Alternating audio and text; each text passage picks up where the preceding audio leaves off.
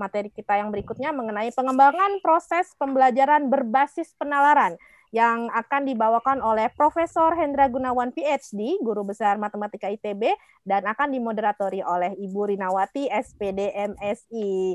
Pada Prof. Hendra dan Ibu Rina, kami persilahkan kita berikan tepuk tangan yang meriah.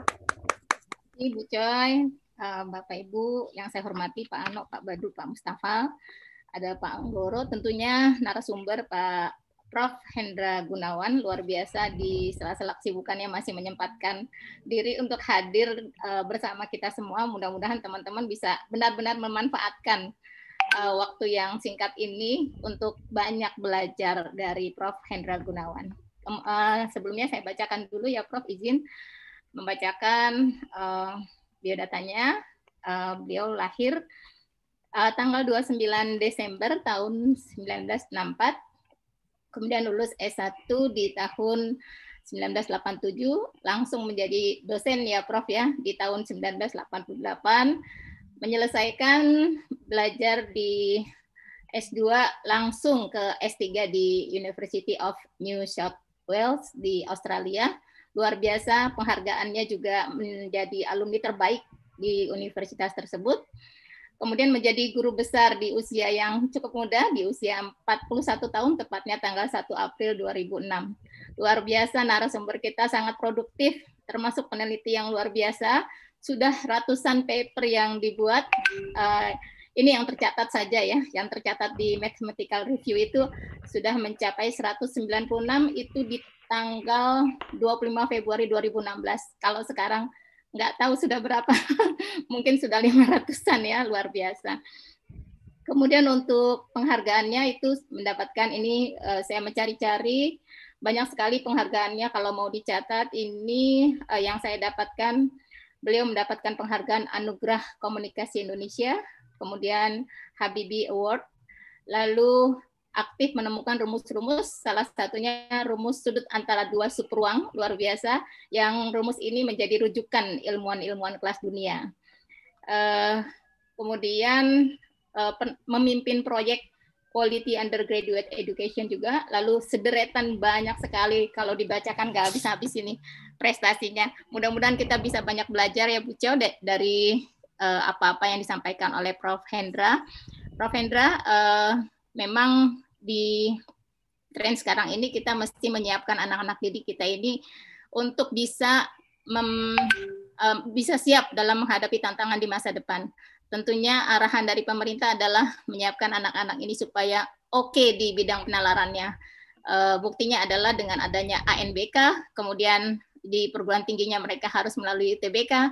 Nah, sebelum kita menyiapkan anak-anaknya, tentu kita harus membuka dulu wawasan guru-gurunya begitu. Mudah-mudahan teman-teman di sini termasuk saya bisa mengambil banyak ilmu dari Prof. Hendra di waktu yang singkat. Baik, demikian Bapak Ibu semuanya, mari kita dengarkan hal-hal yang akan disampaikan oleh Prof. Hendra Gunawan dengan materi pengembangan proses pembelajaran berbasis penalaran. Silakan Prof. Hendra. Terima kasih Bu Rina, introduksinya sungguh luar biasa. Sebetulnya saya tidak memberikan CV seperti itu, tetapi Bu Rina bisa menemukan CV saya. Saya sebetulnya gemeteran juga ini berbicara di hadapan rekan-rekan dari Lab School. Mohon izin untuk share. Saya udah siapkan di sini. Jadi untuk topik ini tentunya ini di luar yang tadi dibacakan Bu Rina begitu. Jadi sebetulnya kan kepakaran saya matematika, bukan pembelajaran matematika. Jadi berbicara tentang ini di hadapan Ibu Bapak suatu kesempatan yang berharga bagi saya untuk menguji atau memeriksa apakah yang saya pahami, yang saya pikirkan ini betul, paling tidak arahnya sudah betul begitu ya. Karena betul atau tidak untuk hal seperti ini barangkali tidak bisa eksak seperti rumus matematika. Terima kasih sekali lagi atas kesempatan yang diberikan Ibu Bapak. Salam kenal bagi Ibu Bapak yang barangkali baru berjumpa dengan saya. Ini kesempatan yang tidak datang setahun sekali juga begitu ya. Sekali lagi saya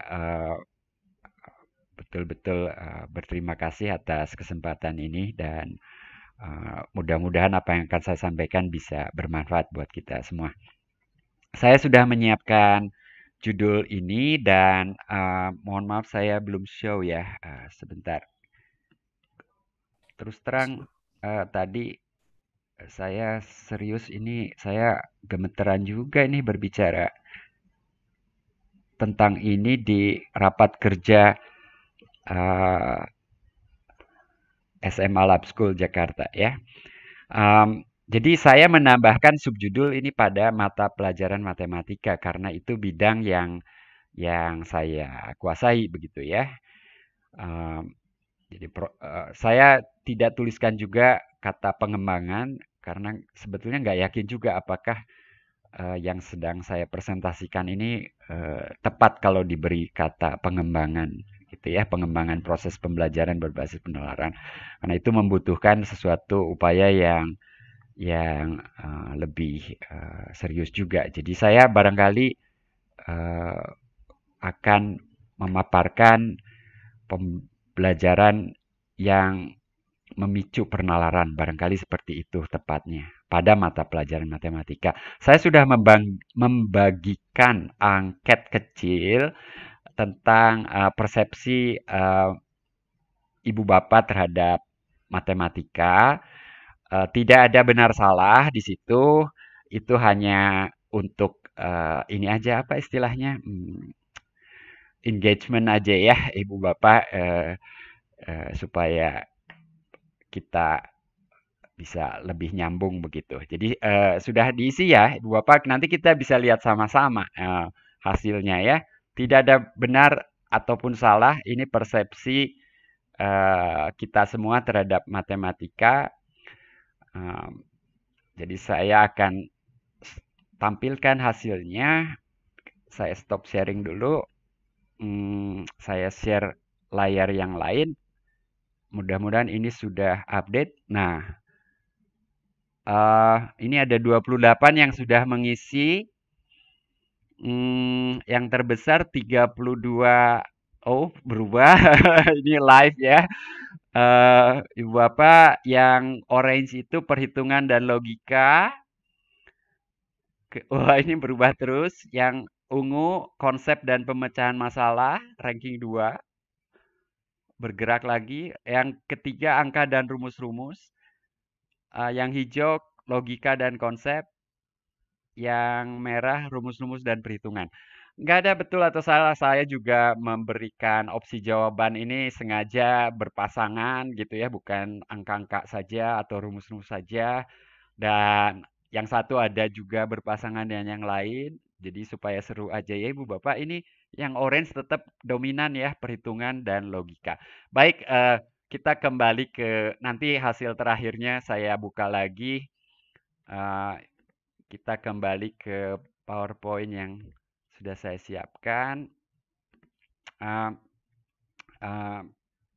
Baik, ini sedikit lagi untuk engagement Ibu Bapak. Kalau saya meminta Ibu Bapak untuk membagi persegi di bawah ini menjadi 2 bagian yang sama luasnya, kira-kira Ibu Bapak akan membaginya seperti apa? Membagi 2-nya seperti apa? Nah, ya mungkin seperti ini ya. Begitu. Ini salah satu. Kalau ada yang lain bisa bagaimana? Diagonal. Baik, ya. Diagonal. Mungkin kalau saya boleh annotate itu caranya sebentar. Memunculkan annotate itu lupa saya. Tuh kan grogi saya. Nggak bisa, ini nggak dibolehkan sama ini kali ya. Maaf, jadi Pak, mungkin sedikit bantu Pak untuk annotate dari ya silakan. PowerPoint-nya bisa di sebelah kiri yang ketiga. Oh ya, sebelah kiri. Ya, kalau Ya, dari oke, oke, oke. Zoom-nya memang di off, Oke, Pak. oke, oke. Dari PowerPoint-nya langsung ya. Saya coba pakai pen. Nah, ini. Jadi seperti itu ya, Ibu Bapak ya. Begitu. Diagonal tentu ada dua, yang satu lagi. Ada yang lain, Ibu Bapak? Vertikal. Vertikal, oke, gitu ya. Nah, kalau dari tiga ini, saya kok melihat semuanya melalui titik pusat si persegi itu. Ada nggak yang tidak melalui titik pusat?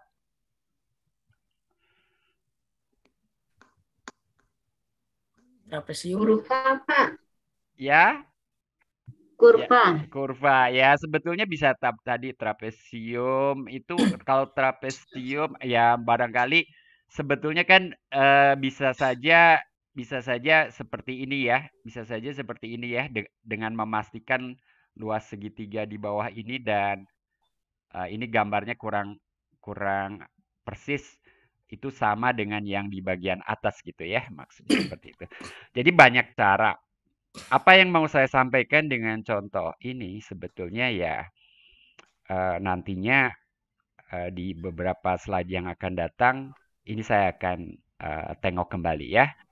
Saya akan mulai dulu selanjutnya dengan mengapa sih matematika dipelajari.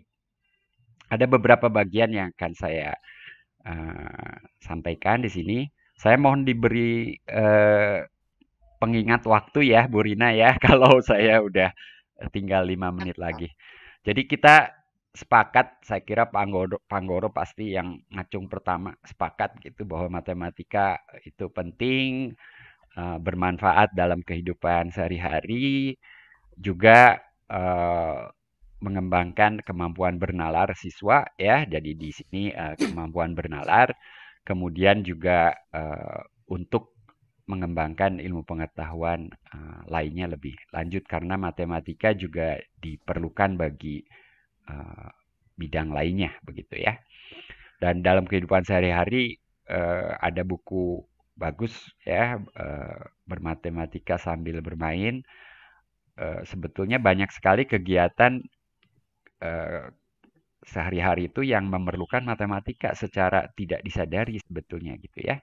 Dan yang saya beri tanda bintang, jadi aslinya di buku itu menuliskan membutuhkan keterampilan bermatematika. Tetapi saya beri tanda bintang sebetulnya itu juga terkait dengan penalaran. Oh ya, saya selipkan huruf R ya, penalaran bukan penalaran.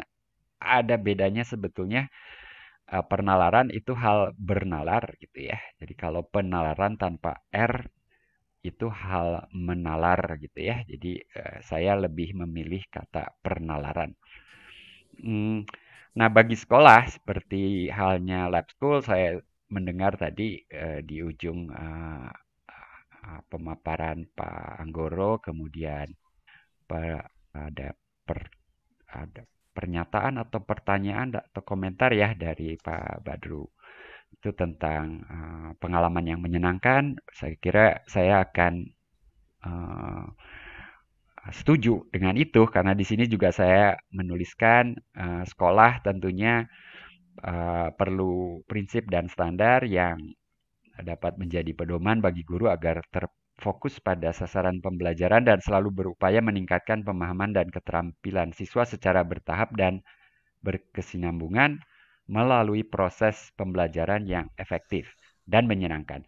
Saya dahulukan, mohon maaf, kata efektif ya, karena efektif itu artinya tujuan tercapai ya. Jadi tentu sekolah punya tujuan dan proses pembelajaran itu dilakukan dalam rangka mencapai tujuan itu. Jadi kalau tujuan tidak tercapai berarti proses tidak efektif. Nah, kalau proses efektif itu implisit tujuan yang dicanangkan tercapai. Nah, menyenangkan menjadi bonusnya dalam mencapai tujuan itu. Bila prosesnya menyenangkan maka dapat bonus begitu ya. Jadi akan membekas pada siswa. Saya setuju dengan itu.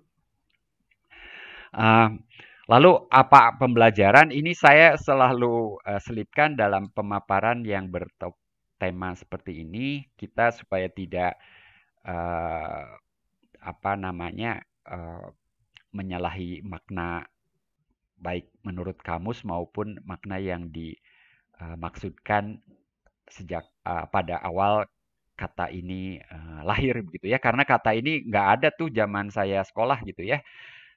Kata ini lahir tuh mungkin di tahun 90-an dan itu pakar bahasa Indonesia almarhum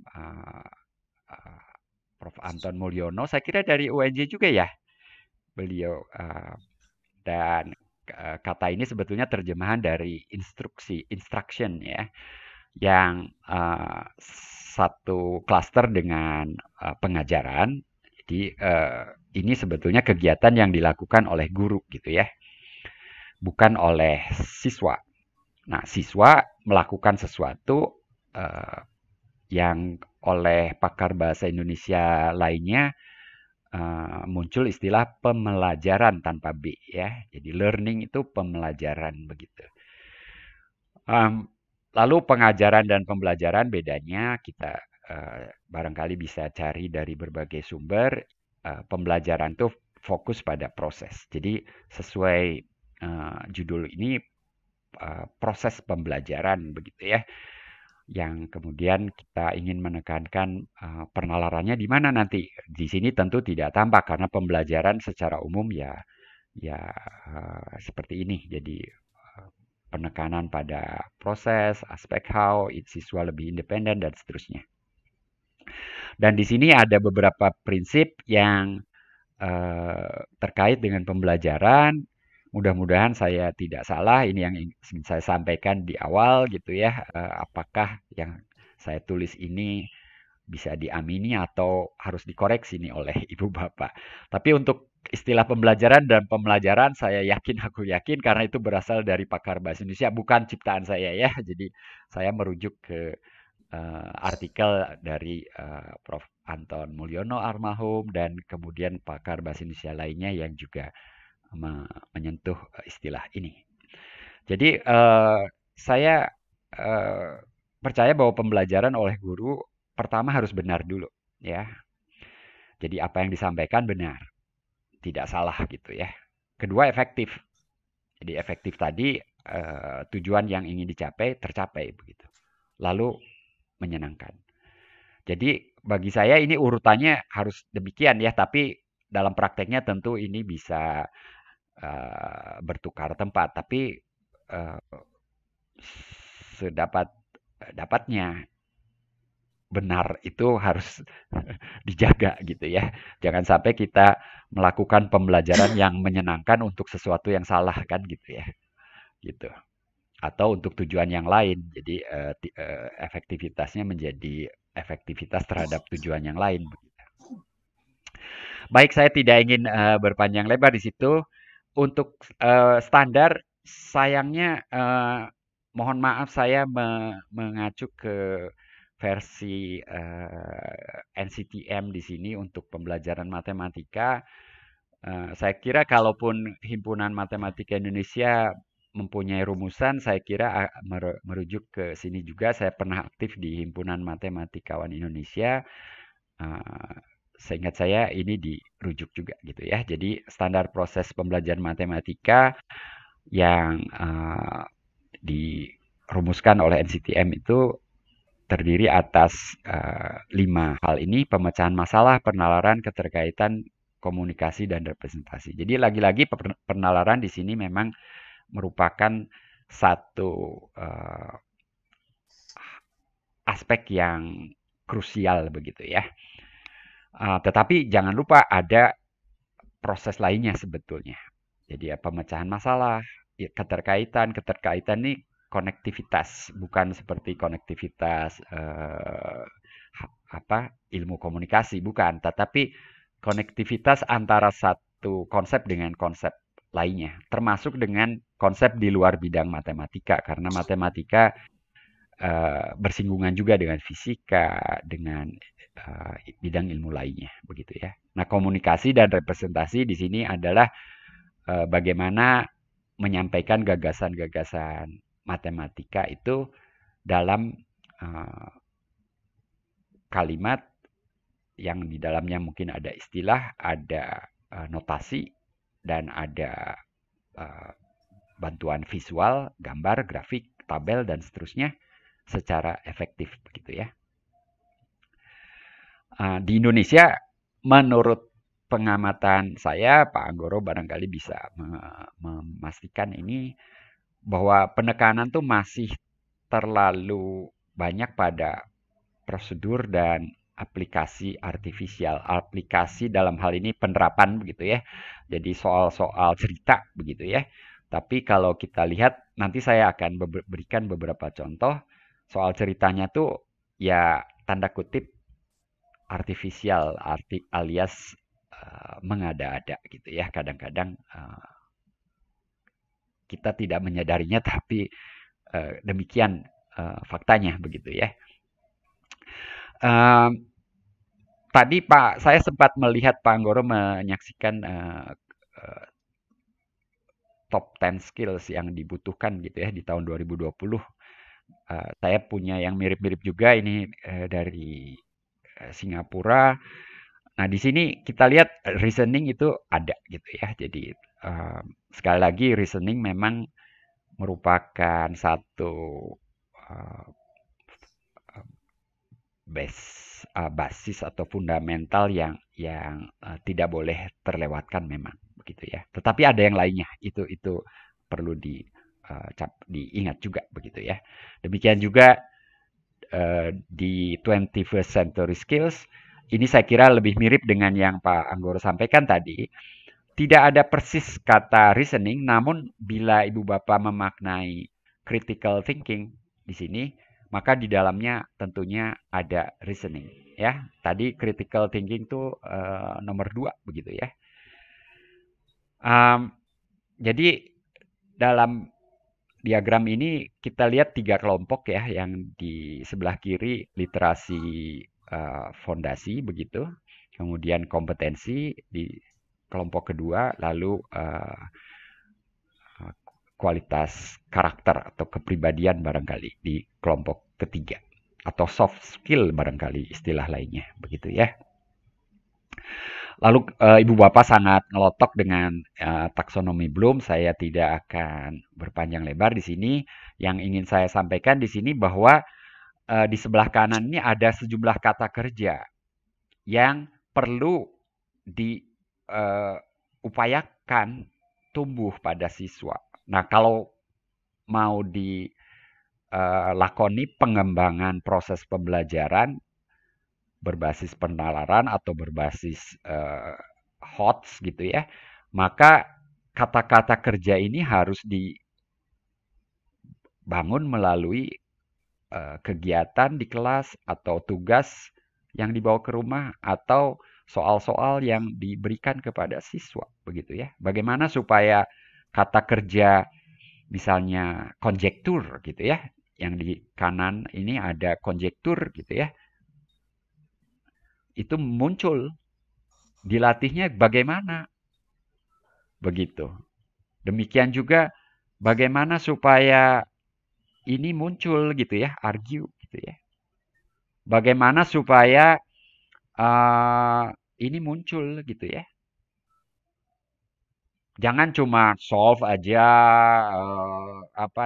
explain aja, atau bahkan cuma memorize atau repeat saja begitu ya.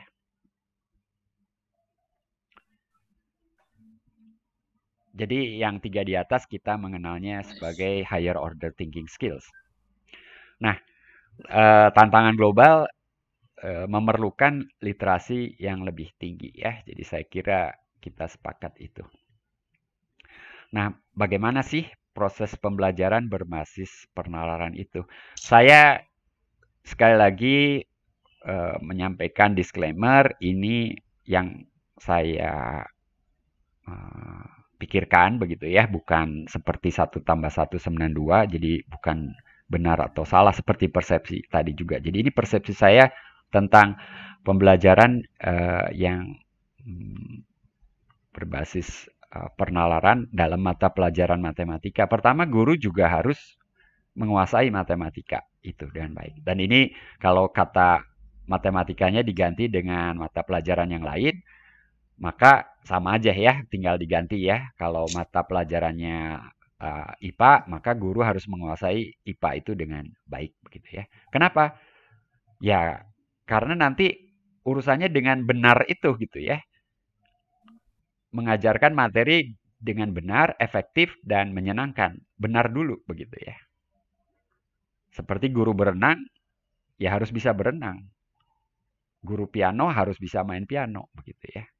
Guru matematika harus menguasai matematikanya dengan baik. Tentunya pada level yang sesuai ya. Tidak seperti pada level peneliti matematika. Tentu tidak. CV yang dibacakan tadi mungkin jadi terlalu tidak relevan untuk ini sebetulnya gitu ya. Tapi untuk guru secukupnya ya. Dan itu tidak sulit pada zaman ini ya. Banyak artikel di internet, banyak video di YouTube dan seterusnya. Tidak hanya buku. Lalu mengetahui beberapa metode umum pembelajaran dan saya yakin yang ini tidak masalah. Ini untuk efektivitas ya. Lalu mengetahui beberapa gaya belajar. Nah, gaya belajar adalah kecenderungan orang dalam belajar ya. Saya kira ini teori belajar yang juga Ibu Bapak sudah kuasai. Saya banyak membaca artikel-artikel ini tahun 90-an Ibu Bapak. Jadi tapi saya tidak berpretensi saya tahu banyak tentang hal ini. Jadi saya menyitir ini supaya nyambung aja dengan Ibu Bapak ya. Untuk mata pelajaran matematika, barangkali kata bermatematika ini sudah relatif sering diucapkan ya dalam banyak forum. Intinya ya seperti orang bermain musik gitu ya. Nah, kalau orang sedang mengerjakan soal matematika, tetapi bukan cuma soal sih sebetulnya bermatematika itu intinya melakukan olah pikir atau aktivitas yang berurusan dengan matematika begitu ya secara umum. Dan itu ada pemecahan masalah, pemodelan matematika, lalu keterkaitan matematika dengan bidang lain atau kehidupan sehari-hari sebagaimana tadi saya sitir dari buku bermatematika sambil bermain karangan Ross Griffith itu begitu ya. Jadi secara prinsip dimungkinkan begitu guru memberikan suatu aktivitas sehari-hari misalnya membuat jadwal liburan begitu ya. Yang implisit di dalamnya ada kegiatan bermatematika ya ketika kita membuat jadwal kegiatan liburan misalnya begitu ya. Lalu komunikasi dan penalaran matematika. Ingat ini terkait juga dengan 5 standar proses bermatematika dari NCTM. Nah, di kelas mohon maaf saya tidak punya terlalu banyak contoh karena saya tidak mengajar di kelas ya, tapi saya membayangkan bahwa kegiatan-kegiatan berikut akan mengasah penalaran melalui diskusi yang pasti. Ya, dimulai dengan pertanyaan dari guru tentang suatu konsep atau tentang sebuah soal. Melalui diskusi kelompok dengan dipicu oleh sebuah tugas misalnya, tugas kelompok begitu ya, yang diberikan oleh guru, atau melalui pembahasan soal mulai dengan meminta seorang siswa menuliskan jawabannya di papan tulis atau menjelaskan jawabannya secara lisan kepada guru dan teman-temannya. Kalau sekarang barangkali di layar Zoom. Di Zoom kan ada fasilitas whiteboard begitu ya, begitu. Nah, ini ingat Ibu Bapak ya, soal yang sederhana seperti ini sebetulnya bisa menjadi bahan diskusi yang menghidupkan penalaran. Sayang saya tidak punya waktu yang cukup ya untuk ini, tapi Ibu Bapak kebayangkan tadi ya, dengan banyaknya cara untuk membagi persegi ini menjadi 2 bagian yang memiliki 2 luas sama besar, maka banyak eh, bahan diskusi yang bisa yang muncul gitu ya. Seperti tadi setelah beberapa cara Ibu Bapak ajukan, lalu saya bertanya, apakah ada yang bisa membagi dua ini tanpa melalui titik pusat begitu ya. Begitu. Maka pengetahuan grafik, pengetahuan eh, macam-macam bisa muncul ya. Misalnya ada yang sudah belajar fungsi sinus ya, ini bisa gitu ya. Tapi ini melalui titik pusat juga gitu ya. Begitu.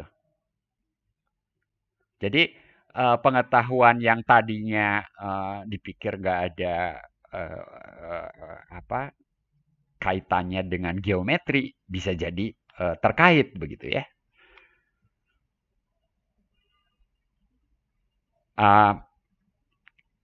Soal-soal yang mengasah penalaran itu banyak sekali sebetulnya Ibu Bapak ya. Jadi saya memberikan beberapa contoh, tetapi saya juga harus memberikan contoh yang tidak memicu penalaran begitu ya. Jadi yang tidak memicu penalaran tuh juga Ibu Bapak harus bisa mengidentifikasinya dengan segera gitu ya. Wah kalau soal seperti ini ya nggak kemana-mana ini mah gitu ya. Cuman aritmatika aja.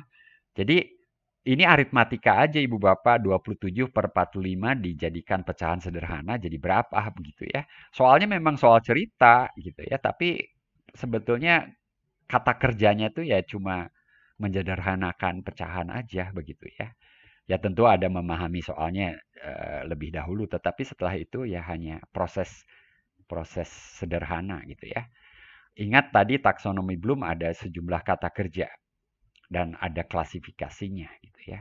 Apakah ini memicu HOTS? Saya pikir tidak gitu ya.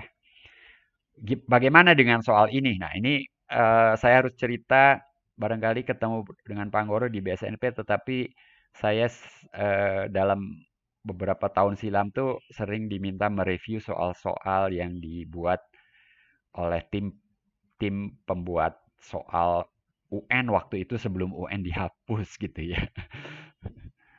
Nah, sekarang ujian sekolah barangkali masih relevan lah untuk menengok kualitas soal yang dibuat gitu ya. Soal seperti ini masih terlalu sederhana, bahkan barangkali tidak memicu hot sama sekali karena dua titik ini diberikan, ini bisa ditebak gitu ya, bisa ditebak dengan apa namanya cukup cepat gitu ya. Jadi tidak barangkali rumus juga pemahaman persamaan garis yang utuh juga tidak diperlukan di sini gitu ya. Bisa di Tetapi kemudian kita mengenal selain ujian nasional dahulu gitu ya, dan sekarang ujian sekolah atau ujian barangkali yang lainnya, kita mengenal tes internasional, PISA, TIMSS, dan Ibu Bapak barangkali juga tahu hasil studi PISA atau TIMSS dari siswa Indonesia itu ada di ranking, biasanya ranking 1 atau ranking 2 ya, tapi dari bawah gitu ya. Soalnya seperti ini ya. Jadi soal seperti ini memicu penalaran. Ya lebih tepatnya kalau dalam istilah taksonomi Bloom barangkali analisis, evaluasi begitu ya. Seperti itu, pengambilan kesimpulan akhirnya begitu ya. Ada sedikit pemodelan matematikanya juga dalam hari ini, kata kerjanya menjadi formulate gitu ya. Soal ini udah mulai lumayan bagus gitu ya. Kita tidak akan membahas satu persatu. Kemudian juga soal seperti ini ya. Jadi tidak terlalu jauh sebetulnya bagi Ibu Bapak untuk membuat soal yang memicu penalaran atau hot secara umum gitu ya. asal mengingat kata kerja apa yang dibangkitkan gitu ya dengan soal itu. Jadi setiap membuat soal sebetulnya ingat apakah kata-kata kerja ini yang muncul atau kata-kata kerja di bawah ini begitu ya. Nah, yang di atas kita tahu itu HOTS gitu ya. Jadi untuk mengembangkan HOTS, pemecahan masalah dan penalaran itu erat sekali ya, Ibu Bapak. Jadi di sini karena konteks kita berbasis penalaran, saya pikir itu bisa dibangun melalui pemecahan masalah, gitu ya. Jadi kemampuan berpikir lebih tinggi, HOTS, antara lain penalaran, itu bisa dibangun melalui pemecahan masalah. Jadi banyak-banyaklah memberi kegiatan pemecahan masalah. Kalau mau mudahnya begitu. Soal bisa sederhana dan mudah sebetulnya, tetapi bisa menuntut HOTS. Jadi nggak ada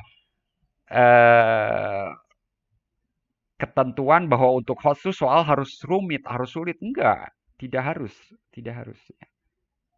Ya, ini di level sekolah dasar sebetulnya. Mohon maaf, di sini jenjangnya SMA, Ibu Bapak, tetapi saya memberi contoh soal sekolah dasar seperti ini, itu memicu HOTS ya. Dan saya pernah mempraktekkan ini pada workshop dengan guru gitu ya. Asik itu guru-guru gitu ya. Mencari cara untuk memperoleh 7 liter dari 2 takaran berukuran 3 liter dan 5 liter gitu ya. Saya gini caranya, lalu ibu yang lain punya cara lain dan seterusnya. Lalu diskusinya menjadi sebetulnya nanti ini caranya ini tidak tunggal Ibu Bapak. Ya. Lalu pertanyaan berikutnya apa kalau caranya tidak tunggal? Ya. Maka pertanyaan berikutnya, mana cara yang terbaik? Lalu yang ditanya, katakanlah saya sedang mengajar di kelas pura-pura, tapi saya belum pernah, saya maulah ngajar di lab school kalau diundang. Tapi waktunya menyesuaikannya. Kalau saya tanya, lalu cara yang terbaik yang mana? Siswa 1 dengan siswa 2 punya 2 cara berbeda. Tentu kita bisa membandingkan yang mana yang lebih baik kalau cuma 2 cara. Tetapi ketika ada banyak cara, 10 cara, mana yang terbaik begitu ya. Lalu siswa akan bertanya, apa artinya terbaik? Kalau nggak ada yang bertanya, ya saya akan bertanya. Menurut kalian yang terbaik itu apa? Begitu ya. Yang terbaik itu tentu yang langkahnya paling sedikit begitu ya. Nah, efisiensi di sini menjadi ukuran. Dan itu akan muncul nanti jawabannya, ya. Nah, untuk setiap soal tadi, Ibu Bapak, kata kerja apa yang dibangkitkan, itu ini sebetulnya kalau saya membuat ini untuk workshop sebetulnya, tapi waktu kita terbatas ya. Ibu Bapak bisa ini misalnya apa namanya di sini mungkin analyze gitu ya, analisis, evaluasi gitu ya, itu bisa lalu membandingkan, compare gitu ya, itu bisa muncul di sini. Maaf kok jadi pakai bahasa Inggris. Membandingkan gitu ya. Oke, saya tidak akan membuat ini seperti workshop. Sebetulnya udah saya tulis juga di situ. Saya hapus lagi.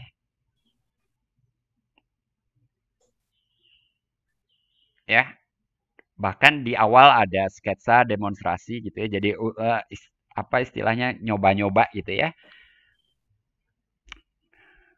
Dan ketika ditanya yang terbaik apa, judge, select, lalu membuat dugaan. Nah, membuat dugaan bisa muncul Ibu Bapak gitu ya, dengan soal sederhana seperti itu. Tadi kan saya bertanya gimana membuat soal yang membangkitkan kata kerja konjektur itu gitu ya. Ketika ada kandidat ini yang terbaik, tentu dia harus nantinya investigate juga. Tadi konjektur dulu, ini yang terbaik kayaknya gitu. Kayaknya kan ada pakai kayaknya. Tapi benar nggak gitu kan?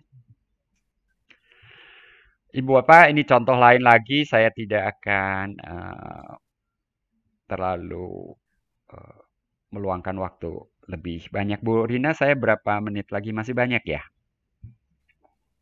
Masih banyak Pak, sampai 11.45 ini masih ada. Tapi nanti ada diskusi ya. Jadi saya ingin diskusi. 30 ya Pak. Ya. Jadi misalnya ini, kalau gitu saya akan coba bacakan ini dan kita elaborasi sedikit ya. Seorang peternak ingin membuat pakan untuk ternaknya dari bahan A yang mengandung 20% protein dan bahan B yang mengandung 10% protein. Ini kalau di SMA tuh apa? Program linier kalau nggak salah gitu ya. Iya betul Prof. Ya, tetapi ini tidak persis mencari optimasi gitu ya. Ini sedikit berbeda dari program linier. Tentukan semua kombinasi yang mungkin. Begitu. Ya. Lalu ini mirip program linier. Kalau bahan A tidak boleh lebih dari 100 gram, bahan B paling sedikit harus berapa? Gitu ya. Jadi nggak persis program linier, bukan program linier ini. Tetapi soal seperti itu bisa memunculkan problem yang lain dan tak kalah menariknya sebetulnya.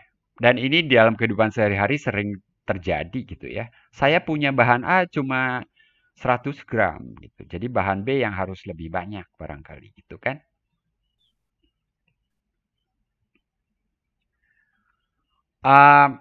Soal statistika. Kalau di SMA sekarang ini cuma hitung mean atau nilai rata-rata, median, modus. Mungkin sekarang ditambah kuartil gitu ya. Pernah nggak Ibu Bapak membuat soal seperti ini? Ini data 8 kali nilai 8 kali ulangan gitu ya. Sekarang istilahnya aduh macam-macam ya. Anak saya tuh PTS, PAS, apa. Zaman saya dulu ya ulangan. Mohon maaf saya generasi jadul masih pakai istilah ulangan harian gitu ya. Ya saya masih pakai istilah siswa. Kalau sekarang peserta didik, sebetulnya Ibu Bapak peserta didik Sama kan, aja sih, Bro. Iya, sebetulnya sama aja. Dan Pak Ano, ya peserta didik itu kan bahasa undang-undang. Itu Betul. dipakai karena selain sekolah umum ada madrasah begitu ya. Di sana disebutnya kan santri. Kan nggak mungkin bahasa undang-undang menyebutkan semua istilah. Jadi dipakai istilah generik peserta didik. Tetapi tidak melarang yang di madrasah tetap memakai santri dan di sekolah umum tetap memakai siswa atau murid begitu ya. Tidak melarang. Tetapi ada juga tuh kepala sekolah dalam pertemuan dengan orang tua siswa, saya sebagai orang tua siswa juga mendengar kata peserta didik dan beliau sempat kepleset siswa lalu sampai mohon maaf begitu ya. Kalau saya pikir tidak perlu mohon maaf karena kata siswa tetap boleh dipakai begitu. Bahkan menurut saya lebih baik barangkali gitu ya. Karena peserta didik juga sebetulnya secara terminologi agak merendahkan ya. Implisit kan itu rada pasif juga ya peserta didik gitu ya. Jadi padahal kita bisa belajar dari siswa ya, Dok. Betul. Ya, ini pendapat pribadi istilah peserta didik saya kurang suka sih sebetulnya.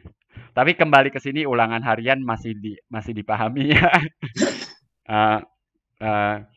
Ini katakan ini angkanya dipilih begitu ya, agak masuk akal lah gitu. Sekarang skala 100 masih umum barangkali ya. Ini skala 100. Hasil ulangan siapakah yang lebih baik di antara Ana dan Budi itu? Maka pertanyaan pertama tentu siswa akan Yang bertanya, paling besar ya mungkin rata-ratanya. siswa akan konfirmasi dulu ke gurunya.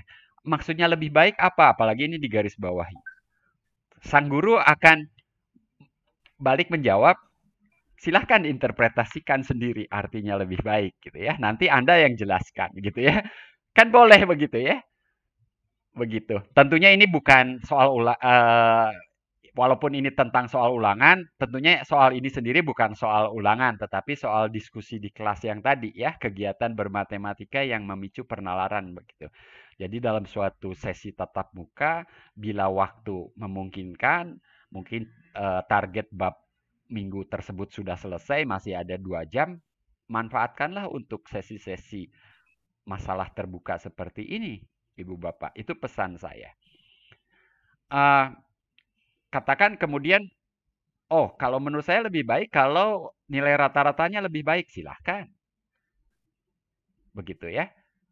Lalu yang lain, kalau jumlah nilainya lebih besar, silahkan. Lalu guru bertanya, dua kriteria lebih baik tadi sebetulnya setara apa tidak gitu ya. Yang satu mengatakan rata-ratanya lebih besar, yang satu mengatakan jumlahnya lebih besar. Setelah diskusi di antara mereka bilang, oh ya sama aja ya Pak gitu ya, sama aja ya Bu gitu ya. Nah kalau begitu salah satu saja silahkan gitu ya dipakai gitu ya. Kalau yang lain boleh nggak modusnya atau apa? Memicu diskusi lagi kan gitu ya. Apakah kalau modusnya lebih besar itu lebih baik gitu ya dan seterusnya. Tapi kalau kemudian disepakati, kayaknya enggak deh Pak. Kayaknya kalau rata-ratanya lebih baik itu, oke kita sepakati itu.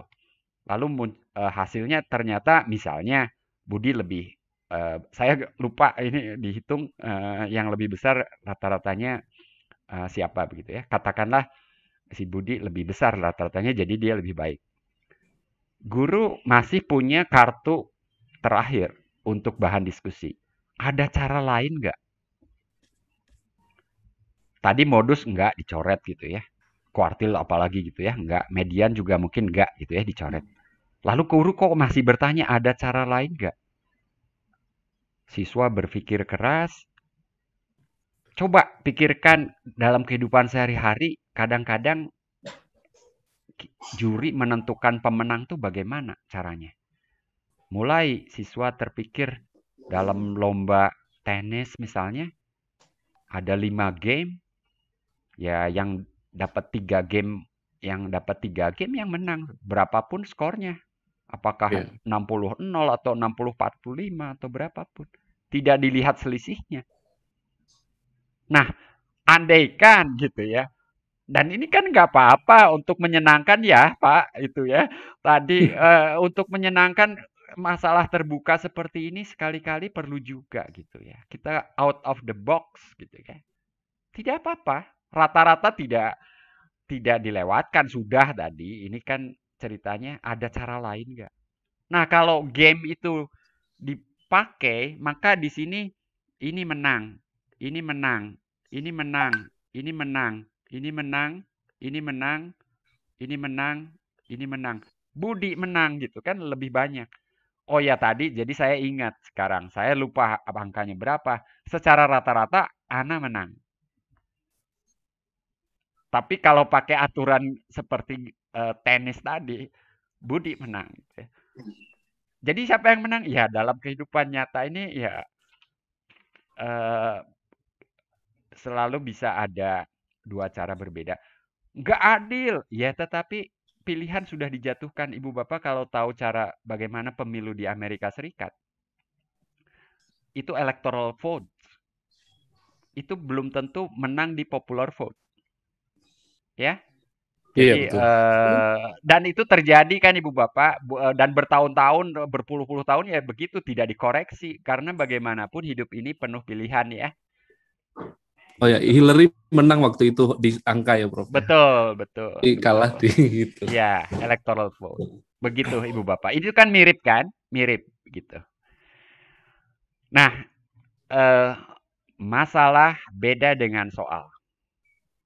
Jadi di awal-awal tadi saya ketika menyebut soal tuh rada mengerem gitu ya, karena eh, yang lebih penting untuk ibu bapak kumpulkan dan jadikan bank itu bukan bank soal gitu ya, tapi bank masalah dalam pengertian problem ya. Ini masalahnya bukan masalah sehari-hari ya, ini konteksnya problem solving. Jadi problemnya kita terjemahkan masalah. Ini geometri sederhana Ibu Bapak. Di level SMA juga bisa ditanyakan dan memicu penalaran yang bagus menurut saya. Pada sebuah taman berbentuk persegi 10 meter kali 10 meter akan dipasang sejumlah pemancar air yang bisa berputar untuk mengairi taman itu. Kebayang ya? Bila jangkauan pemancar air tersebut adalah 5 meter, berapa banyak pemancar air yang diperlukan agar seluruh area taman tersirami? Tentu saja airnya sebagian akan keluar taman, tetapi tidak apa-apa. Ibaratnya saya punya kebun, di sini saya tanami bunga, di sebelah di luarnya rumput saja gitu ya, tapi di sini bunga-bunga penting yang harus saya rawat gitu ya. Tentunya rumputnya akan ikut terbasahi, tersirami ya tidak apa-apa Ibu Bapak. Tetapi, mohon maaf ini ya.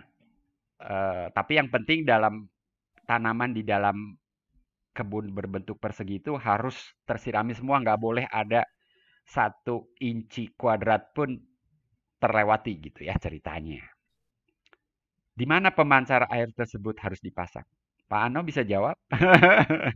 Pertama ada berapa Pak Ano? 4. Ada 4. Oke. Sekarang masalahnya di mana Pak Ano gitu ya? 4 itu. Pak Ano anggarannya ada nggak Pak Ano? Pak Ano di mana Pak Ano? Ini Pak Ano dijadikan ini. 4 itu di mana saja Pak Ano?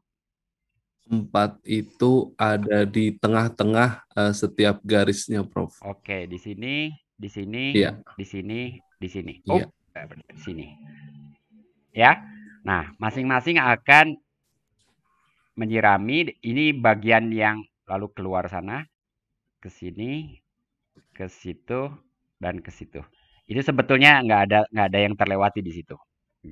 Saya menggambarnya pakai telunjuk. Sebentar saya izin mengambil pen untuk laptop. Lumayan dapat dolar ini. Belum Pak Ano, belum Pak Ano. Tadi panggil. Ibu Bapak, masalah ini bukan sekedar masalah kebun dan pemancar air, tetapi ini sebetulnya masalah sinyal telepon kita juga ya. Ya, tower itu punya jangkauan. Mungkin jangkauannya sih 1 kilometer gitu ya. Beda ukuran aja. Jadi supaya tidak ada blank spot. Nah, ini tidak ada blank spot ya. Tadi gambarnya aja kurang bagus jadi ada blank spot. Tapi ini tidak ada blank spot. Betul Pak Ano. Jawaban Pak Ano betul ya Bu Rina ya? Bu Rina jadi juri. Ya, betul Pak. Dapat dolar nggak? Tapi belum. Karena dalam kehidupan nyata tidak semua seperti matematika. 5 meter tuh persis 5 meter gitu. Mungkin ada yang ternyata 4,9 meter Pak Ano gitu ya. Nah, mungkin karena udah lama ya. Nah, begitu. Jadi jawaban ini betul tapi bukan paling bagus. Siap. Nah, ada nggak cara meletakkan sprinkler yang 4 buah itu yang lebih bagus dari caranya Pak Ano?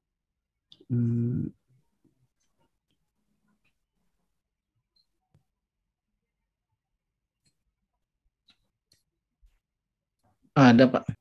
Ada ya Pak Setio ya? Bagaimana atau di mana meletakkannya? Diambil garis diagonalnya Pak. Diagonal ada 2. Diagonalnya ada 2. Terus? kemudian diambil titik pusat lingkarnya 1/4 dari Ya. garis diagonalnya. Saya harus gambar lagi mungkin. Mohon maaf di sebelah kiri ya. Saya akan gambar lagi di sebelah kiri. Garis Belum tentu benar ya. diagonal, garis Coba diagonal, dulu. garis diagonal Iya, terus di mana, 2. Pak? Ambil 1/4-nya Oh, di sini dari ya. sudut 1. Bisa nggak? Bagus sekali. Ini kemudian akan seperti itu ya. 5 meter tuh cukup besar ya, Pak Ano ya. Nah, Pak Ano mengaku kalah, Pak Ano. Siap. Ya. Tapi saya itu mikirnya ini, Prof. Takutnya itu terlalu basah nanti. Oh. Pak Ano bisa. Oke. Nah, ini akan memicu diskusi selanjutnya, Pak Ano. Tadi kan saya berbicara, kalau ternyata nggak 5 meter, 4,9 meter, cara Pak Ano akan memberikan blank spot. Kalau cara ini tidak memberikan blank spot ya, Pak Setio ya? Masih Iya, oke. Nah, pertanyaan berikutnya.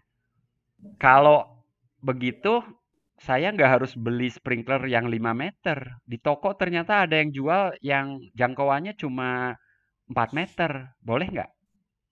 Nah, gitu. Boleh nggak? 4 meter. Gitu ya. Seru kan, Ibu Bapak? Ya saya nggak akan lanjutkan. Ini tapi intinya 4 meter masih bisa nggak? Lalu pertanyaan berikutnya, matematika selalu mengejar yang paling efisien. Yang paling jelek, jangkauannya berapa meter yang masih bisa? 4 meter juga ternyata masih lebih gitu ya. Dan seterusnya. Banyak sekali yang menarik dan kemudian bisa ada variasi ya. Juga soal seperti ini. Dan ini ada teori matematikanya atau ada konsep matematikanya yang terkait ya dengan masalah ini. Dalam kehidupan nyata banyak bilangan yang kita hadapi itu bilangan bulat, bilangan asli, nggak ada pecahan, nggak ada desimal gitu ya. Kalau yang tadi jawabannya desimal tuh bukan 4 meter itu yang paling minimum itu. Atau akar-akaran bahkan gitu ya. Kalau ini bilangan bulat, sebuah restoran cepat saji menjual sayap ayam hanya dalam kemasan berisi 5 potong, 8 potong, dan 17 potong. Di restoran ini kita dapat membeli 10 potong atau 13 potong sayap ayam. Kalau mau beli 10 potong, beli aja dua kemasan 5 potong kan gitu ya. Kalau ingin 13 potong, ya beli aja kemasan 5 potong dan 8 potong. Tapi kita tidak bisa membeli pas 12 potong gitu ya. Nah, pertanyaannya, berapa potong sayap ayam terbanyak yang tidak dapat dibeli di restoran tersebut? Ini kalimat negatif. Yang tidak dapat. 12 tidak dapat contohnya. 13 dapat. 14 dapat nggak? 14 gimana? Bisa nggak? Nggak bisa. Nah, 14 tidak bisa dan 14 lebih besar dari 12. Nah, pertanyaannya itu maksudnya itu. Bisa lebih besar lagi nggak? Yang tidak bisa tuh berapa sih yang paling besar? Kalau Ibu Bapak menebak, wah ini nanti tak terhingga Pak. Enggak. Setelah diselidiki, jadi nanti siswa tuh investigate ya kata kerjanya. Setelah diselidiki, setelah suatu bilangan selalu bisa. Misalnya setelah berapa gitu ya, nanti bisa. Saya sebut bilangan asal dulu ya, tapi ini salah ya. Misalnya setelah 29, selanjutnya bisa 29, 30, 31, 32 semuanya bisa. Jadi yang terbesar yang tidak bisa tuh 28, tapi itu salah ya, bohongnya. Nah, pertanyaannya, bilangan terbesar yang tidak bisa itu berapa? Investigate, siswa. Pertama mungkin sketch, membuat daftar. Investigate, setelah investigate, konjektur lagi. Kayaknya ini 28 yang terbesarnya. Tapi dia kemudian harus argue. Kata kerja berikutnya, argue. Setelah dia yakin, dia harus bisa explain kepada teman-temannya. Begitu ya. Tapi ibu bapak ini nggak ada mata pelajaran, nggak ada topiknya, nggak ada babnya.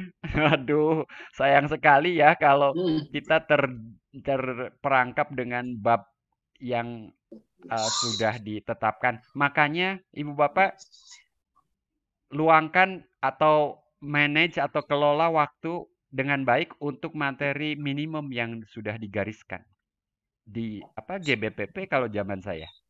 Masih Bu, Bapak GBPP apa istilahnya? Silabus rencana semester RPP. Masih ya, Masih, Bu? Bro. Masih, Masih, Bro. oke. 19. Ya. Oh, ketemu 19. Waduh, ada yang 19. penasaran kan? Asik kan? 19. Tuh, Pak Mustafa sampai ini soal ini asik ya Pak, tinggal diganti 5, 8, 17-nya bisa diganti Bu Bapak gitu ya. Saya tidak akan minta Pak Mustafa untuk explain ya, tapi pasti Pak Mustafa sudah investigate, sudah konjektur, dan kalau diminta bisa argue dan explain. Tadi jadi lupa saya. RPP. Kalau ibu bapak kelola waktu dengan baik RPP, kelola sedemikian sehingga tersisa 2 jam dalam setiap bab gitu ya, untuk main-main.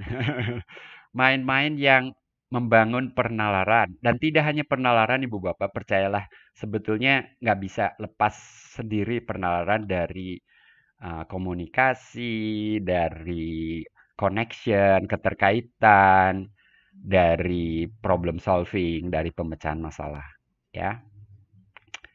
Dan pemecahan masalah itu tentunya diawali dengan pemahaman masalah yang tak kalah pentingnya. Saya masih punya beberapa contoh soal yang pernah saya tuliskan di blog saya. Saya punya blog bermatematika.net, kanal YouTube, Pano ya, tapi mohon maaf isi kanal YouTube saya banyak video drone gitu ya. Ya, seru, Prof. Sebetulnya nanti pada gilirannya saya akan cerita juga ilmu pengetahuan di balik drone yang sayangnya tidak saya kuasai gitu, tapi saya bisa mengundang orang robotika, elektronika, dan lain-lain yang kita sendiri kok kayaknya ketinggalan gitu ya. Jadi pelaku industri drone itu sekarang tuh negara Cina. Jadi vaksin Cina, drone Cina. Apa-apa jembatan kereta api cepat Cina. Aduh, ayo kita kejar ya. Tentukan persegi terkecil gitu ya. Mulai dengan basic yang seperti ini. Penalaran memang harus kita bangun pada siswa kita. Termasuk juga keingintahuan, keinginan untuk mengejar yang lebih baik dan lebih baik terus begitu ya. Jadi optimisasi dalam matematika banyak sekali ya. Kalau ini industri kotak makanan aja, industri rumah kotak makanan. Itu kita harus tahu cara yang paling hemat ya untuk mengemas produk kita. Kalau produknya berupa segitiga dan ada banyak produk berupa segitiga ya. Kotaknya kalau dibuat seperti ini kan koclak bahasa Sundanya itu koclak, apa bahasa Indonesianya? Ya. Nah, kalau yang terbaik seperti apa? Tapi inginnya persegi gitu ya. Maka yang terbaik itu si segitiganya agak miring gini, bayangkan. Lalu perseginya akan jadi seperti itu. Mohon maaf, ini menulis di layar itu nggak mudah ternyata ya. Kira-kira seperti itu. ini nggak akan goyang ini karena ujung-ujungnya nempel ya di sisi. Tapi harus dicari tuh panjang sisinya. Maaf ini dimensinya jadi lebih kecil tadi ruangannya nggak cukup. Demikian juga ukuran tabung paling ekonomis. Ibu bapak kalau ke ibu-ibu terutama kalau ke supermarket, tapi hati-hati sekarang ya. Hati-hati sekarang jangan di Bandung tuh banyak penularan baru karena ke sebuah bukan mall sih, tapi toko yang tidak akan saya sebutkan yang baru buka gitu ya di Bandung, diserbu gitu ya. Di masa COVID seperti ini, ya terjadilah kemudian penularan. Ibu bapak kaleng-kaleng makanan begitu ya, kan macam-macam bentuknya. Kebanyakan yang seperti ini, kebanyakan. Ini ekonomis nggak sebetulnya? Yang paling ekonomis itu yang bagaimana? Andaikan tidak ada masalah dengan ergonomi ya. Ergonomi itu ilmu bentuk gitu ya, yang memperhatikan kenyamanan gitu dan fungsi lainnya. Ukuran yang paling ekonomis tuh yang seperti apa? Apa artinya ekonomis? Pertama itu barangkali. Ekonomis artinya setelah diskusi untuk volume yang sama, luas permukaannya paling kecil.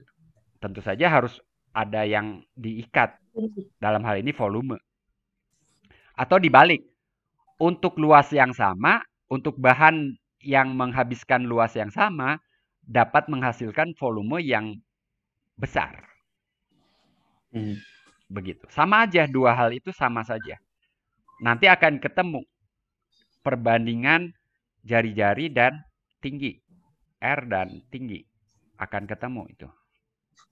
Ya, R per T-nya berapa. Nah, hasil hitungan kita ternyata memang bentuk yang efisien tuh kurang lebih seperti ini. Dan di supermarket memang banyak yang seperti itu. Ya, yang tanpa ada kendala bentuk ya.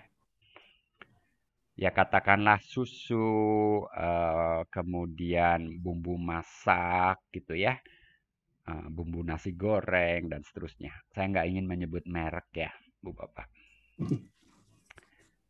Nah, Ibu Bapak sering jalan-jalan, kalau ini saya foto di Jepang. Di Jepang tuh tutup lubang saluran air kotor tuh bagus. Jadi kita nggak udah tahu di bawahnya saluran air kotor, ngelihat bentuknya jelek makin nggak mau lewat gitu ya. Kalau di Jepang tuh bentuknya juga bagus, jadi kita nggak sadar di bawahnya air kotor. Tapi bagi Ibu Bapak yang pernah ke negara Sakura itu, penutup lubang ini tidak hanya saluran air kotor, di sana tuh kabel listrik, kabel telepon segala macam di bawah tanah, sehingga kalau melihat ya nggak semuanya sih, tapi banyak yang sudah ditanam di bawah ya. Jadi tutup yang seperti ini tuh berbagai ukuran, berbagai motif ya. Tapi kalau bentuk umumnya kok lingkaran, umumnya kok bundar. Kenapa sih? Salah satu keistimewaan lingkaran, barangkali Ibu Bapak nggak menyadari selama ini. Ketika dikaitkan, ya. iya nggak nyeplos. Kalau persegi itu bisa nyeplos. Kok bisa nyeplos? Coba persegi itu diberdirikan, lalu diputar 45 derajat. Maka diagonalnya lebih besar daripada panjang sisinya kan? Maka dengan mudah persegi itu akan nyeplos ke dalam lubangnya. Ketika dia tergolek, lalu nggak sengaja kesenggol, ya nyeplos. Kalau lingkaran nggak akan nyeplos. Hehe gitu ya. Baru tahu gitu ya. Ngomong-ngomong soal seperti ini, itu ditanyakan siapa Microsoft itu gitu ya. Nyebut merek juga ini. Raksasa IT gitu ya. Ketika merekrut Kontekstual banget ya, Prof ya. calon pegawai itu ya. Ketika mau merekrut calon pegawai itu, pertanyaannya bukan rumus-rumus yang rumit gitu ya. Coba kamu jelaskan kenapa penutup lubang saluran air kotor itu berbentuk lingkaran atau bundar gitu ya. Pertanyaan kayak gitu tuh muncul dalam tes seleksi gitu ya. Itu diceritakan di buku salah satu buku karangan, kalau ini bolehlah saya sebut pengarang ya, Malcolm Gladwell itu, Outlier judulnya kalau nggak salah ya, yang banyak diterjemahkan dalam bahasa Indonesia. Ini PR buat guru matematika dan ibu bapak guru mata pelajaran lain yang juga penasaran barangkali gitu ya dengan matematika. Coba kumpulkan deh soal-soal pemecahan masalah yang menuntut HOTS. Saya sudah memberi contoh beberapa tadi. Kalaupun ibu bapak tidak mengajar matematika, kalau ketemu soal yang tanda kutip soal tapi sebetulnya problem gitu ya, masalah yang bagus gitu, kumpulkan, berikan kepada guru matematika. Kayaknya ini bisa jadi soal matematika yang bagus gitu ya. Tentukan kata-kata kerja yang terkait dengan soal tersebut. Dan ingat, soal cerita itu tidak selalu merupakan soal pemecahan masalah yang menuntut HOTS. Soal tadi ya yang cuma Pak Anu memiliki kebun sekian hektar, Pak Anu yang lain sekian hektar, berapa perbandingannya, itu bukan HOTS, itu aritmatika sederhana ya Ibu Bapak.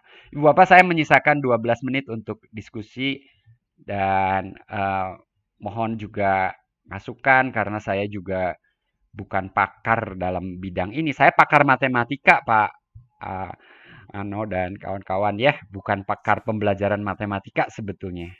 Tapi sejak tahun 90-an memang saya terlibat dalam awalnya di Puspendik waktu itu namanya, kemudian jadi waktu itu Pusisjian. Puspendik dulu atau Pusisjian dulu, udah lupa deh. Sekarang namanya udah ganti lagi ya. Pusmenjar sekarang. Pusmenjar sekarang. Iya. Disatukan ya. Ya, Iya. itu saya banyak terlibat mulai dengan mereview soal-soal begitu ya. Sesekali saya diminta juga oleh Puskur waktu itu gitu ya. Dari situlah saya mulai banyak membaca artikel-artikel pendidikan atau pembelajaran matematika. Demikian Ibu Bapak sharing saya, mohon koreksinya juga diskusi yang membuat saya juga tambah banyak ilmunya. Terima kasih. Bu Rina, saya kembalikan. Baik, terima kasih. Mohon izin, saya mau mengecas laptop saya. Baik, ya. terima kasih Prof. Hendra. Bu Rina. Ya, Bu Rina. silakan Pak. Ya, mungkin saya umumkan dulu. Innalillahi wa inna ilaihi raji'un. Prof. Koni Semiawan meninggalkan. Innalillahi. Innalillahi. Beliau termasuk yang saya baca artikelnya. Saya walaupun belum pernah berjumpa, semoga beliau mendapat tempat terbaik di sisinya. Baik, terima kasih Pak Anggoro. Mungkin kita berdoa dulu untuk Prof. Koni. Mari Bapak Ibu guru, juga para narasumber, juga para pimpinan, kita hening sejenak untuk membaca suratul Al-Fatihah bagi yang Muslim dan doa yang lainnya berkaitan dengan agama yang masing-masing. Berdoa dimulai.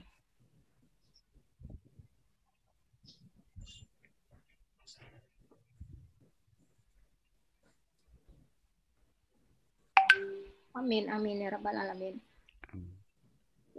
Semoga Prof. Koni diampuni segala kesalahan dan kehilafannya, kemudian diberikan tempat terbaik di sisinya.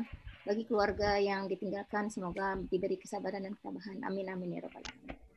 Baik, Bapak Ibu, Prof. Hendra sudah memberikan ilmunya luar biasa, mulai dari tadi ya persepsi tentang matematika. Jadi kalau mendengar kata matematika itu seperti apa kesannya, kemudian mengapa matematika itu dibutuhkan seperti itu? Karena memang kaitannya sangat banyak di dalam kehidupan. Prof. Hendra sudah memberikan contoh-contoh yang luar biasa di pembelajaran matematika. Tadi ada sepertinya sekilas mirip dengan soal-soal yang terkait dengan program linear ya, Prof. Ternyata penyelesaiannya tidak. Jadi kayak awal-awal, oh iya, mungkin itu maksudnya mengira-ngira tadi ya, Prof ya, mengira-kira oh ini masalah program linear nih, tapi ternyata begitu dicari oh ini bukan, ternyata seperti itu ya, Prof. Jadi kayaknya memang Bapak Ibu guru, kita semua memang harus banyak mencari terus belajar ya Prof ya, dari manapun gitu ya. Tadi kan untuk mencapai pengetahuan siswa yang baik, maka guru pertama harus menguasai mata pelajaran dengan baik. Karena kalau menguasai mata pelajaran yang baik, tentu ilmunya itu yang disampaikan juga yang benar. Kemudian mengetahui beberapa metode umum pembelajaran. Ini mungkin bukan hanya guru matematika ya Prof ya, tetapi berlaku untuk semua guru, menguasai mata pelajarannya, kemudian mengetahui metode umum pembelajarannya, dan mengetahui beberapa gaya belajar. Jadi menyesuaikan dengan gaya belajar para siswanya. Kemudian untuk menguasai mata pelajaran itu untuk saat ini tidak sulit ya Prof ya, karena sudah banyak fasilitasnya. Ada dari YouTube, mungkin sekarang bisa ke TikTok ini Prof. Di TikTok mungkin nanti akan ada akan ada hal-hal yang di-share gitu ya. Jangan-jangan mungkin nanti Prof Hendra ke TikTok ini untuk sharing ke anak-anak gitu ya. Kan Prof Hendra sudah ada website tentang ini ya, anak bertanya ya Prof ya. Anak bertanya. Betul. Jadi Bapak Ibu yang punya anak kecil itu bisa tuh lihat-lihat anak bertanya tuh bagus banget ya. Kemudian contoh-contoh begitu ya, soal-soal yang wah ini gimana nih, tadi Pak Ano sudah mencoba bagaimana cara menempatkan pemancar air yang berputar seperti itu. Nah, tadi pemenangnya Pak Setio. Kemudian untuk potongan ayam ya, tadi berapa potong-potong ayam. Nah, itu Pak Mustafa ya Prof ya. Alhamdulillah. Baik Bapak Ibu, mungkin itu pencerahan yang luar biasa yang diberikan oleh Prof Hendra.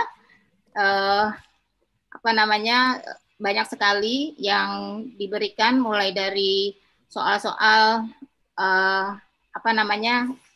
tadi sudah ada taksonomi. Nah, taksonomi. Jadi kita melatih anak jangan hanya sampai di solve aja, tetapi juga cari kata-kata yang ke arah menganalisis, kemudian mengevaluasi dan create. Tadi contohnya kayaknya banyak itu yang ketiga kata-kata tersebut ya Prof ya. Baik Bapak Ibu, bagi yang ingin bertanya, kita masih punya waktu 5 menit untuk bisa berbincang-bincang lebih lanjut kepada Prof Hendra. Pada Bapak Ibu silakan jika ada yang ingin ditanyakan. Bu Ana, mungkin Bu Rina, sedikit aja.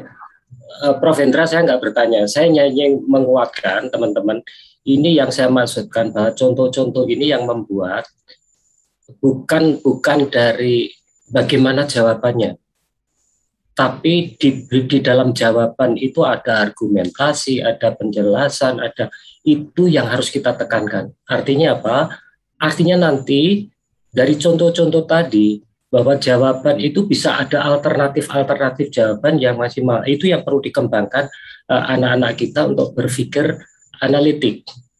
Nah, dari situ akhirnya inilah yang saya maksud, anak itu akan memperoleh pengalaman real. Itu kuncinya. Makasih Bu Rina.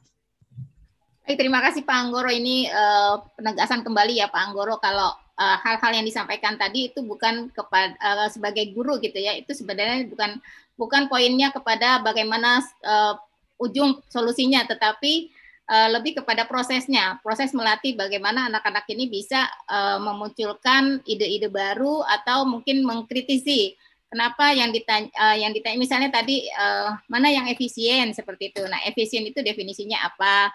Jadi ada komunikasi lanjut gitu ya Pak Anggoro.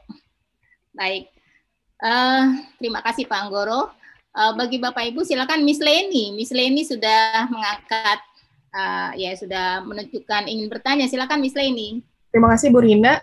Selamat siang Pak Hendra. Mohon izin bertanya Bapak Ibu semuanya. Saya dari mata pelajaran bahasa Inggris dan bahasa sastra Inggris ya Pak Hendra.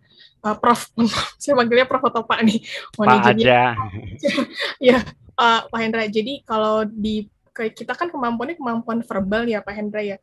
Tadi sebenarnya saya agak tergelitik mengenai penalaran yang matematika tadi kan memang pasti hitungannya berhitung gitu. Kalau bahasa itu saya mikirnya adalah gimana misalnya anak-anak tugasnya contohnya menyesuaikan diri, bagaimana sih bahasa me-WhatsApp atau me-message gurunya atau me-message orang tuanya, atau mungkin nanti ketika dia di lapangan pekerjaan me-message bosnya seperti itu. Nah, ini kan sifatnya kontekstual sekali nih ya Pak. Dan bentuk variasi jawabannya bisa banyak. Kalau melihat tadi konsep matematika sepertinya mencari jalan keluar yang terbaik ya Pak ya. Tapi kalau dalam bahasa sepertinya kalau saya lebih cenderungnya ke bukan yang terbaik, tapi yang mengakomodasikan niat dan niat dan bahasa tutur katanya siswa dalam bahasa Inggris, begitu kira-kira Pak. Kalau mungkin ada masukan dari Prof. Hendra, terima kasih. Itu saja Pak. Terima kasih Bu Rina. Ya, silakan Prof. Ya, terima kasih Bu Leni. Menarik sebetulnya dikaitkan dengan mata pelajaran bahasa ya. Sebetulnya kemarin saya terpikir untuk membuat angket lagi gitu. Kalau siswa itu bagus matematikanya, biasanya bagus juga nilainya dalam mata pelajaran apa begitu ya. Dan di benak saya belum pernah melakukan penelitiannya tapi gitu ya. Tapi biasanya yang bagus matematikanya bagus nilai di mata pelajaran bahasanya juga.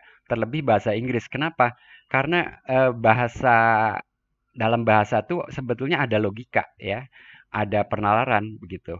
Khususnya bahasa Inggris kan ada tenses ya, dan itu tertib sekali itu ya, pemakaian tenses itu tertib sekali. Jadi kalau dalam benak siswa itu dia bisa berimajinasi garis waktu, dan itu kan konsep garis bilangan real kalau matematika gitu ya. Maka tenses itu menjadi mudah begitu ya. Karena yang past tense itu jelas titiknya di belakang, yang past continuous dan seterusnya itu bisa dibayangkan sebagai interval waktu begitu ya. Jadi ada logika di situ. Lalu yang kedua, kaitannya dengan bahasa, matematika erat juga karena peletakan kata yang berbeda. Kata-katanya bisa sama, tapi kalau disusun berbeda, maknanya bisa berbeda begitu ya. Nah, di situ kalau dikaitkan dengan terbaik, memang terbaiknya berbeda, Bu Leni, saya setuju ya. Tapi saya kira tetap dalam berbahasa, kita ingin yang kita sampaikan, yang pertama efektif ya, sama ya, saya kira ya.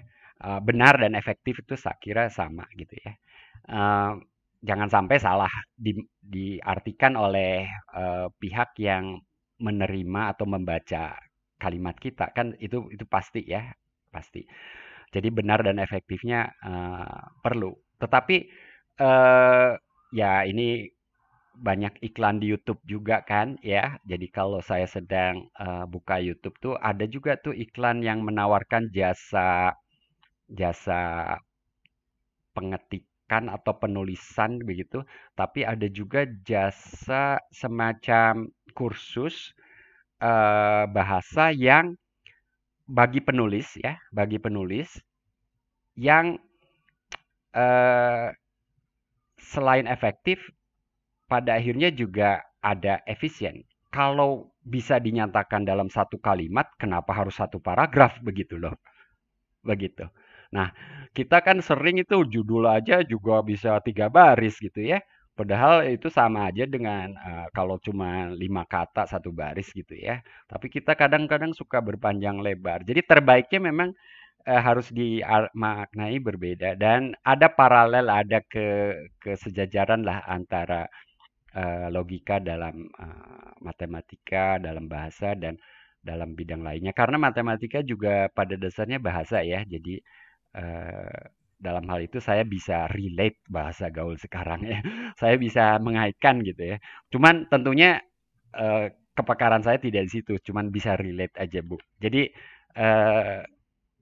yang Ibu sampaikan tadi saya kira saya setuju. Hanya tambahannya tadi terbaiknya tetap ada dalam konteks yang tentunya sedikit berbeda. Baik, terima kasih Prof. Hendra atas jawaban untuk Miss Leni. Miss Leni cukup ya. Baik, berikutnya Pak Ano. Pak Ano ingin menanyakan sesuatu kepada Prof. Hendra. Silakan Pak Ano. Terima kasih Bu Rina. Prof. Hendra, terima kasih. Ini luar biasa ya membuka cakrawala saya dan mungkin juga teman-teman yang lainnya. Bagaimana sebenarnya pada proses sekarang ini kita ada bersyukurnya juga karena pada konsep Merdeka Belajar itu satu poinnya itu menghapus ujian nasional itu yang itu tuh dulu menjadi apa ya, kadang-kadang mengganggu pada proses pada skala prosesnya. Jadi di prosesnya kita ditekankan untuk membuat soal yang misalnya higher order thinking skill dan lain-lain, tapi ternyata diukur di terakhirnya itu menggunakan soal pilihan ganda yang ya mungkin karena mengatur dan mengelola seluruh Indonesia jadi harus dibuat pola yang seperti itu. Nah, sekarang kita tidak lagi repot dengan hal-hal seperti itu. Sekolah diberikan kewenangan, kemerdekaan untuk menyusun asesmen yang dilakukan di sekolah sendiri, sehingga mungkin yang seperti ini bisa kita hadirkan. Nah, yang ingin kami diskusikan berarti kan masalah atau kasus yang dihadirkan itu kan harus selalu baru ya Prof ya. Kalau yang tadi kita hadirkan lagi, misalnya kita sudah pernah bahas, terus kita hadirkan lagi kan sebenarnya sudah nggak higher order thinking skill lagi. Artinya karena sudah terselesaikan gitu. Nah, ini barangkali kemampuan-kemampuan ini yang bagaimana, apakah kalau konsep, karena saya fisika, dulu mungkin kan dibolak-balik aja, ditanya kecepatannya, besok ditanya jaraknya, besok ditanya waktunya, itu sudah dapat 3 seri gitu misalnya, disuruh membuat soal yang sama. Nah, kalau hal-hal seperti ini barangkali ini kita butuh latihan yang banyak, butuh masalah-masalah yang kemudian kita bisa himpun dulu untuk kemudian kita bisa hadirkan untuk bisa diselesaikan. Yang pertama itu. Yang kedua, ada beberapa tadi yang saya temui itu masalah grading, Prof. Grading itu kan konsepnya memang ada yang benar banget gitu, ada yang oke, ini benar tapi nggak efektif misalnya gitu, dan terus ada yang salah misalnya atau kurang tepat misalnya. Nah, itu bagaimana ini ke depan itu kita menentukan grading pencapaian siswa ini, oh ini sudah menguasai, oh ini nalarnya sudah oke gitu misalnya.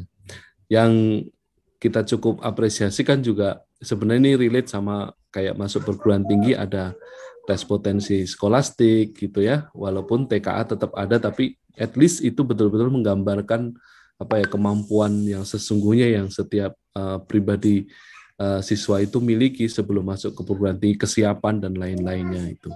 Jadi poin tadi Prof yang tentang grading tadi barangkali yang gimana ya caranya nanti. Terima kasih Prof. Ya, makasih. Wah, Bu Rina, saya cepat aja barangkali menjawab ini. Ini sekali lagi disclaimer saya bukan pakarnya di sini ya, tapi sebagai pendapat untuk yang pertama tentunya yang soal menuntut kebaruan terus, saya setuju bahwa guru termasuk saya juga di perguruan tinggi harus selalu update gitu ya. Nah, ini harus selalu memperbaharui diri dengan banyak membaca, dengan banyak sekarang ya nonton YouTube juga, tapi tentu nonton video-video yang terkait dengan tugas kita gitu ya. Ada satu juga resep yang bagus ya untuk memperluas wawasan kita itu adalah memaksa kita sendiri menulis buku, Pak Ano. Jadi saya banyak dikirim buku oleh guru yang bangga dengan karya tulisnya, dan saya tentu harus membesarkan hati penulis dan mendorong yang bersangkutan untuk berkarya lebih lanjut. Dan saya pikir saya telah melakukan itu juga. Jadi ini bukan sekedar pendapat juga sebetulnya. Saya ngalami itu juga ketika saya menulis buku tentang lingkaran. Hanya tentang lingkaran gitu ya. Tetapi akhirnya jadi 100 sekian puluh halaman juga gitu ya. Karena saya nggak ingin buku saya selesai di halaman 10 kan gitu kan. Jadi apa yang saya lakukan ya saya menggali informasi lebih banyak tentang lingkaran, dan kemampuan mengaitkan satu konsep dengan konsep lain itu menjadi muncul juga gitu ya. Itu contoh aja, coba Ibu Bapak praktekkan. Kalau tidak sanggup menulis buku sendiri, keroyokan aja, bunga rampai. Jadi satu guru satu topik dikumpulkan, 20 guru 20 topik jadi satu buku itu. gitu ya. Nggak usah sama subjeknya matematika, tetapi katakanlah best practice, jadi praktik baik dalam mengajar, ya, atau praktik baik dalam tadi membuat soal pemecahan masalah gitu ya. Maka dipaksa itu Pak Ano, gitu ya. Itu yang pertama. Kedua, yang grading memang ini sebetulnya kepakaran Ibu Bapak gitu ya. Tapi kebetulan kemarin kami baru rapat kelompok keilmuan kecil ya, dalam matematika ada beberapa kelompok, kami membagi diri gitu untuk membangun kelompok keilmuan tertentu gitu masing-masing. Nah, kami membahas juga kebetulan tentang apa namanya, asesmen atau evaluasi gitu ya. Nah, karena ini zaman pandemi, era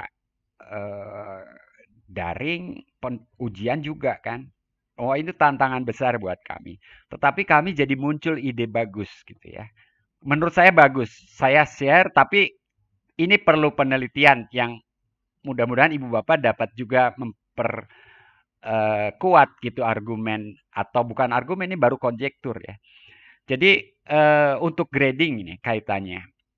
Kasarnya ada grading basic dan advance. Nah, Ibu Bapak, idenya sederhana sebetulnya. Pertama, bagaimana kita bisa memastikan bahwa yang basic itu dilewati. Ya. Jadi Ibu Bapak selain yang hot juga jangan lupa yang basic ya. Itu maksudnya. Yang basic ini bagaimana kita pastikan itu terlewati. Bagaimana meracik soal, meracik ulangan, supaya yang basic itu bisa dipastikan kalau dia bisa mengerjakan sekian soal ini, maka basicnya sudah. Bahkan cara ulangannya itu harus dibagi 2 tahap juga barangkali. Jadi ulangan tuh barangkali dibagi 2 tahap. Jam pertama soal basic. Maka kalau soal basic bisa sekian persen, KKM barangkali atau apa, dia lanjut ke tahap 2 seperti main game aja. Ini relate dengan main game nih. Kalau level 1-nya belum selesai ya ulangi di level 1 terus gitu kan. Relate-nya ke situ.